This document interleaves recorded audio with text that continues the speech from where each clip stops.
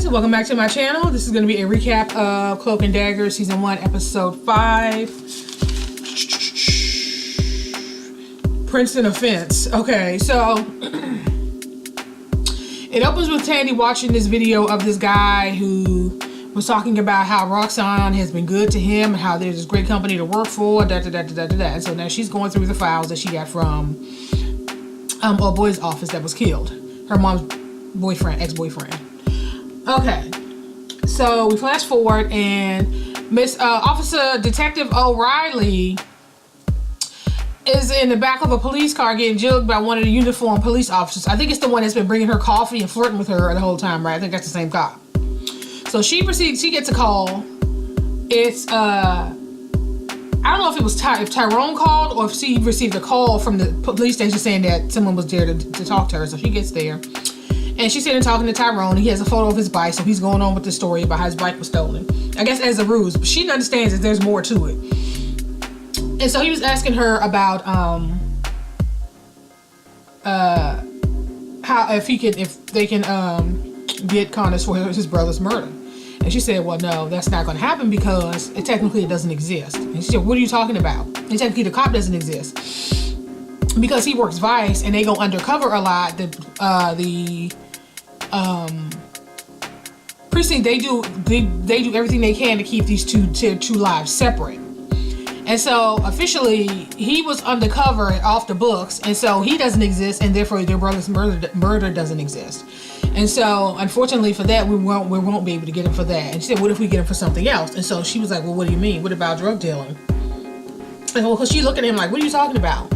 So he recalled that time he was in the trunk and he overheard the conversation between him and the guy, and then, the drugs in the car, and that's when he jumped out the trunk and ran.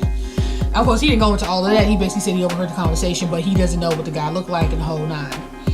And so basically at this point, she was like, you know what?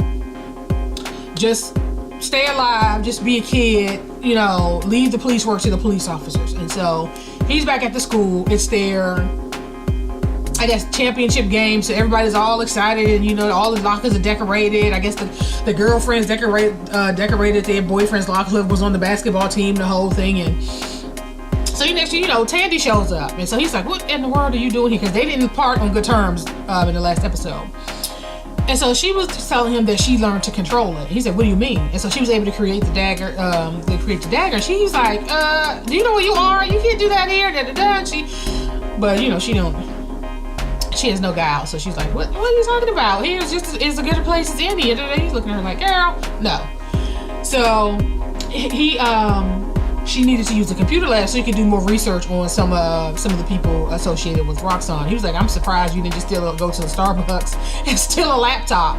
She's like, oh, well, you were closer. So they go into the computer lab, and they're just talking, going back and forth, and he was asking her what she was doing. Basically, she's doing the research, trying to get as much information as she can.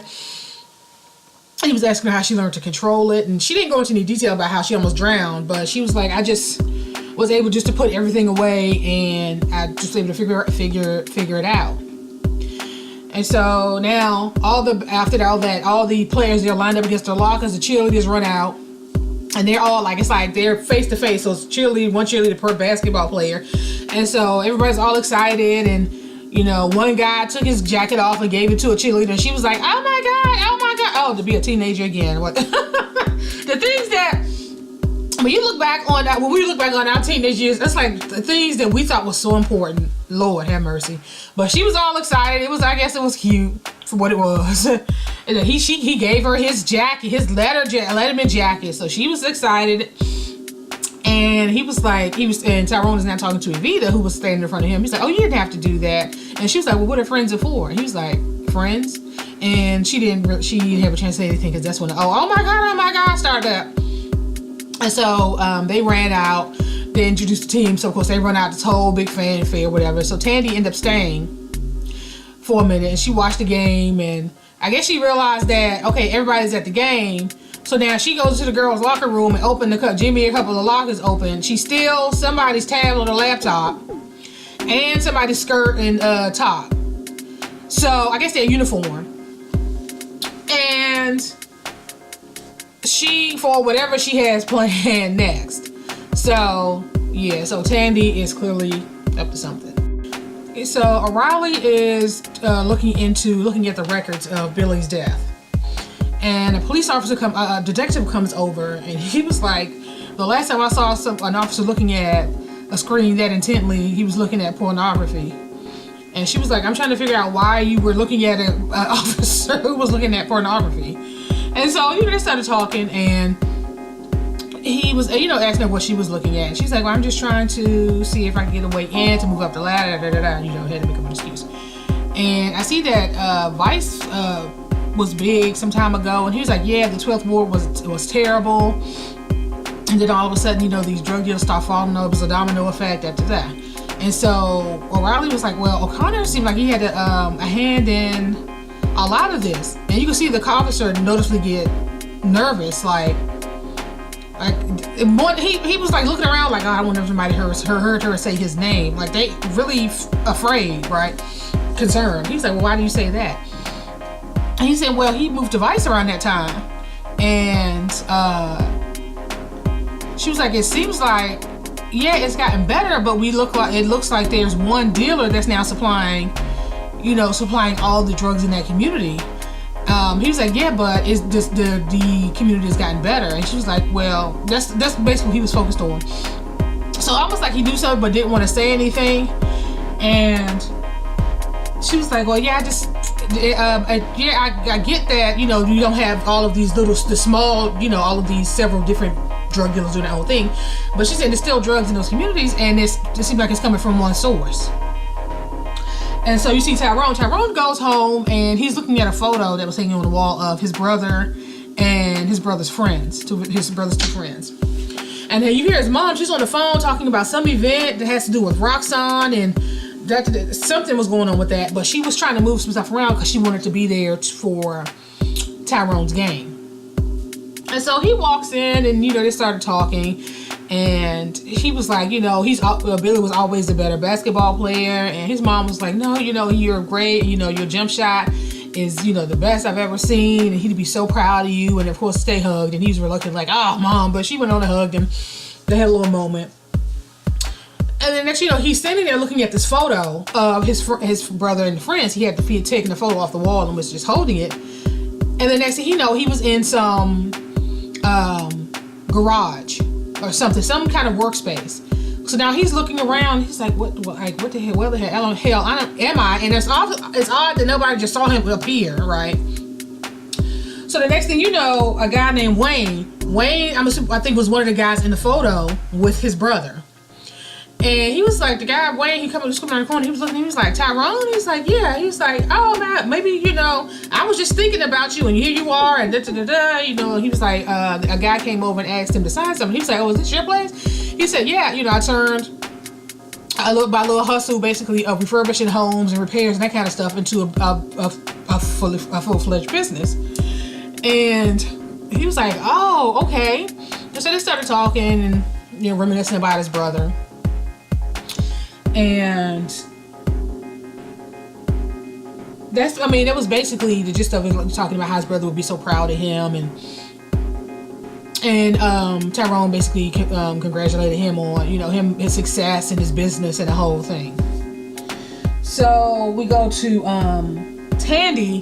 Tandy is back at the church, and she's doing research on some of the people, and she found out that at least one of those guys, he likes high-end escorts. And so she put that uniform that she stole from school to use. So she dressed up and went to this agency, and the lady was talking about basically her social media presence and her reach and the whole nine, and basically talked to her what she knows about the business. And basically the way that conversation went when she was talking about how to go, did you say invisible or something? She said, and she's like, no, what is that? She was basically saying that, the type of clients that we deal with, sometimes they want more, want other stuff. And I'm assuming she means sex and all that kind of stuff. Now, whether or not you choose to do that is your own thing. And she was like, of course. But what I'm going to make sure is that you understand that the company isn't liable if they take a swing and miss. And the way she said it was like, so I don't know if she was saying that if you end up getting raped or getting your ass kicked or whatever, basically that's on you. Like, you can't drag the company into it. And she was basically like, I understand. She said, she was like, basically, Tandy was like, basically, as long as the check clears, then that's fine. But if she wasn't going by Tandy, she was going, her name was Felicity. She said, as long as the check clears, nothing else matters. And Lady's like, when can you start? And so the next time you see her, she's all dressed up and going to what looks like some party, some high-end party. She's walking in, and at the same time, Tyrone is playing his championship game. And so, actually, during the break, I think during the break, he somehow got in contact with Evita, and called her into the priest office. She was like, "Why are you breaking into the priest office?" And so they talked for a while. He ends up pulling his jacket out of his bag to give it to her. And she was like, "Well, I don't want you to feel like you have to give it to me." He's like, "Oh, you don't want it? Okay, that's fine, playing that game." But she's like, "No, I was just saying, I just didn't want, I'll take it so you don't feel bad." Something she said, it was funny. But, they had a little back and forth. And she was like, "I'm always watching you." So I was like, "Oh, okay, this is a little too..." I'm trying not to be that person. Like, I don't remember what it was like to be a teenager. But at the same time, being an adult, I'm looking at it like, "Oh, y'all just too fast, just fast." Okay, so it's clear that Tandy and Tyrone are more connected than they thought. Okay, so Tyrone he's going through the game, and he made the shot, and I don't know a whole lot about sports, but it doesn't look like the player actually touched him, but the referee called the foul on the other guy, and so Tyrone got to shoot from the line or whatever.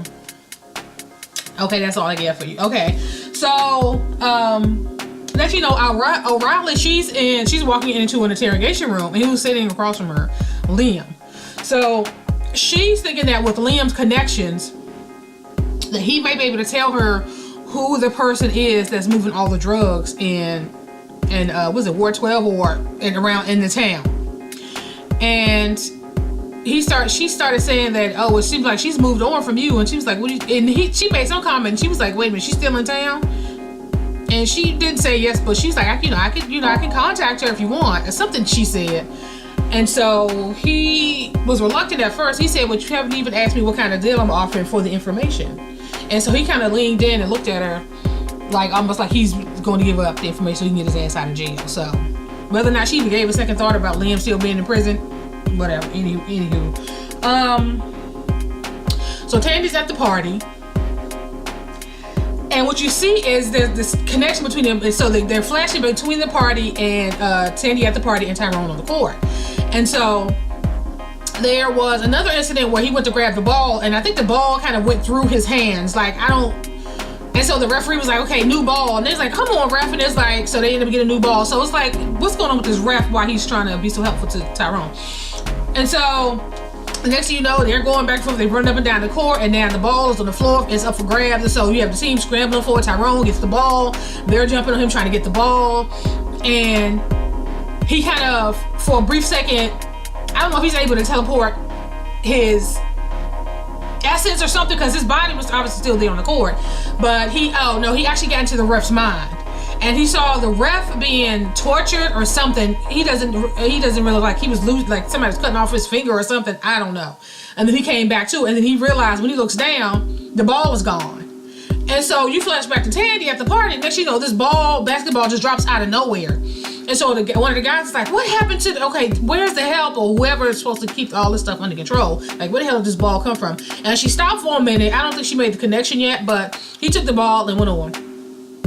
So now Tandy has spotted basically all the guys that, I guess, get the low-level guys that she's able to see who has has a connection to Roxxon. So she's going through the party, and one by one, she's touching them, and she's seeing, like, the one guy that grabbed the basketball.